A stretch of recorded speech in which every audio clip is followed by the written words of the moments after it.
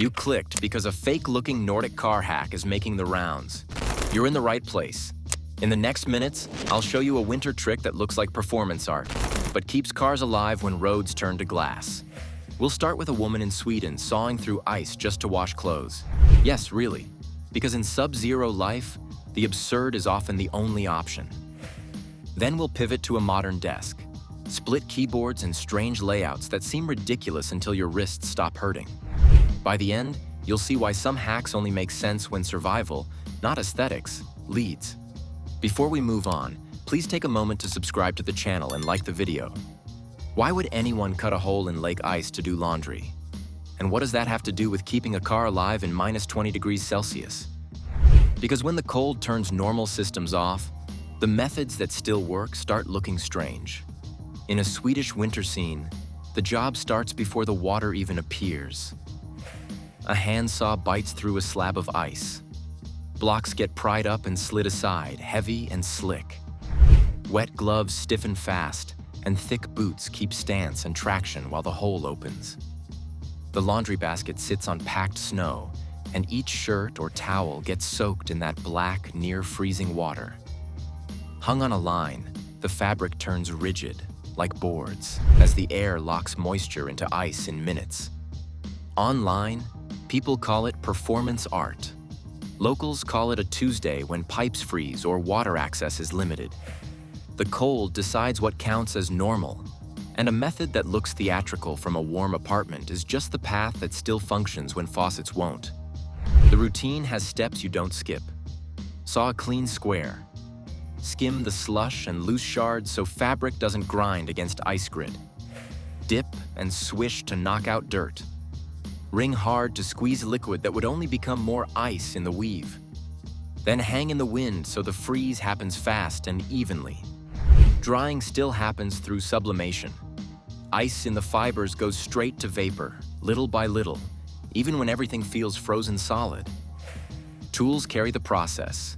The ice saw gives reach and leverage. Hooks let you haul blocks without soaking sleeves. Thick boots and lined gloves keep you moving long enough to finish. That same tool logic shows up in winter driveways.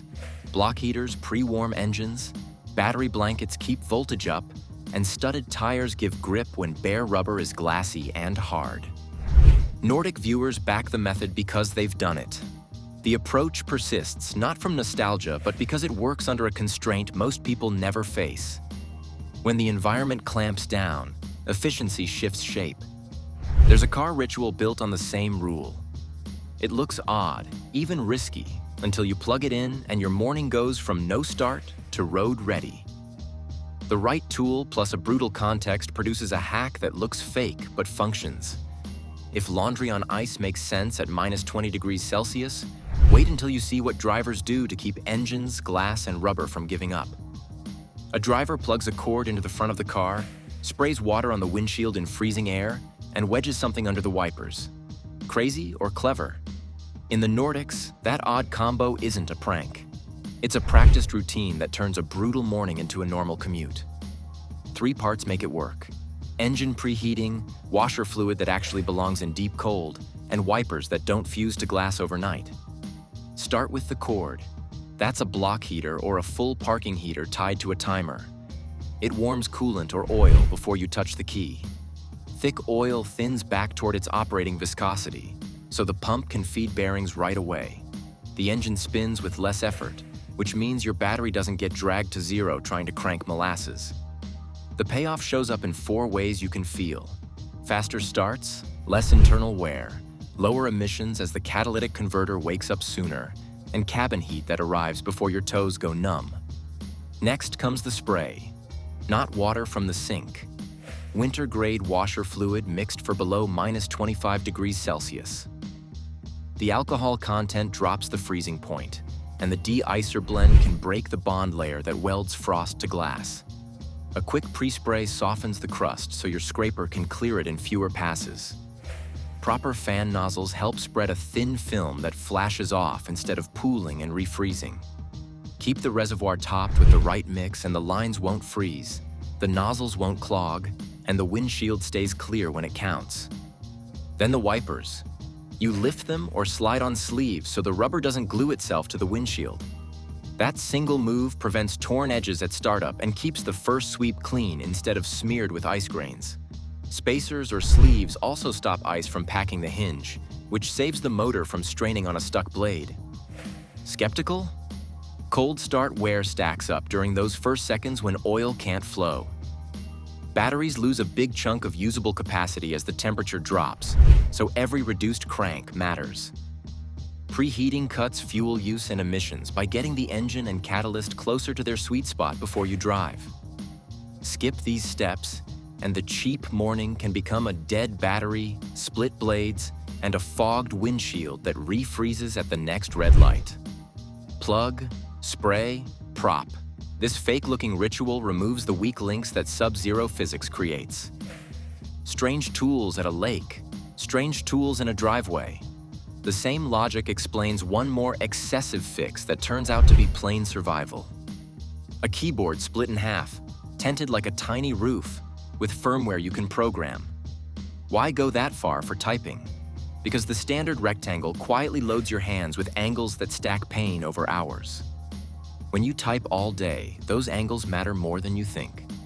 RSI isn't a single injury, it's a pattern. Long sessions on a flat board push your wrists upward into extension and outward into ulnar deviation. Your shoulders creep inward to meet a layout that's too narrow. Tendons rub, nerves get compressed, and the ache moves from fingers to forearms and neck. Small compromises add up until you start avoiding tasks because your hands feel spent by mid-afternoon. People argue it's just looks, sound, and hobby buzz. Users who switch describe something different. Discomfort dialing down when their hands rest where their arms fall naturally. Split boards let each half sit at shoulder width so your elbows don't flare. Add tenting, and those wrists settle closer to neutral, which eases the load on the carpal tunnel.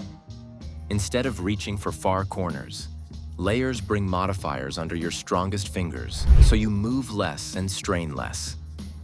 The tools are straightforward. Hot swappable switches let you try lighter springs if heavy presses trigger fatigue. QMK or VIA gives you layers for arrows, symbols, and media without leaving home row. Home row mods turn letters into modifiers when held, so copy, paste, and tab cycles happen under the same fingers that type your words. You keep your posture, and the board adapts to your workflow. Evidence is mostly user-reported, but it's consistent. People using Kinesis, Moonlander, and Ergodox talk about reduced pain and better comfort over long stretches. Some don't get faster, especially early on, because a new layout takes time to wire in. The win they care about is stamina, typing the 10th email of the day without a throb building in the wrist. Sound familiar? Weird gear makes sense when the context is harsh. Winter cars need heaters and sleeves to beat physics. Long workdays need angles, spacing, and smart firmware to beat strain.